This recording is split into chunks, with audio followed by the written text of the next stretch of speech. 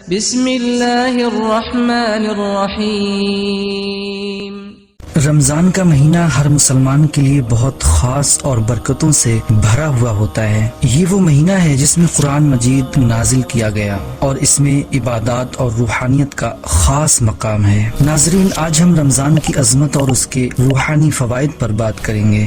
رمضان کا مہینہ ایک ایسا موقع ہے جب ہم اپنے گناہوں کی معافی طلب کرتے ہیں، اللہ کے قریب پہنچنے کی کوشش کرتے ہیں اور اپنی زندگی کو بہتر بنانے کا عہد کرتے ہیں۔ روزے صرف بھوک اور پیاس برداشت کرنے کا نام نہیں، بلکہ یہ ایک مکمل روحانی اور جسمانی پاکیزگی کا عمل ہے۔ رمضان میں روزے رکھنے سے جہاں ہم اپنے نفس کو قابو پاتے ہیں، وہیں ہمیں دوسروں کی حالت کا بھی احساس ہوتا ہے۔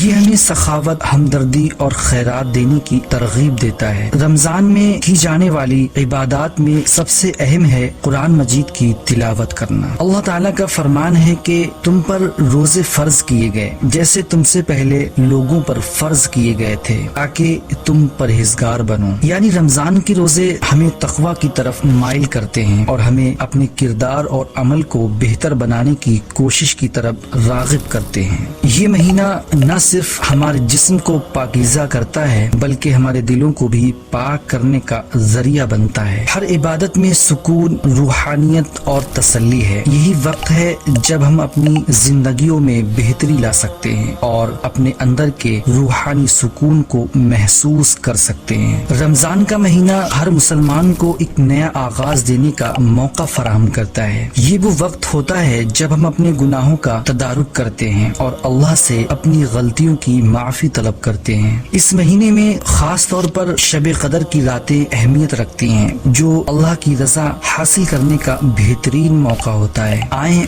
ہم سب رمضان کے اس مہینے کو اپنے گناہوں سے توبہ کرنے، اللہ سے قربت حاصل کرنے اور دوسروں کے ساتھ محبت و تعاون بڑھانے کا ذریعہ بنائیں۔ اللہ ہمیں رمضان کی تمام برکتوں سے بھرپور فائدہ اٹھانے کی توفیق دے۔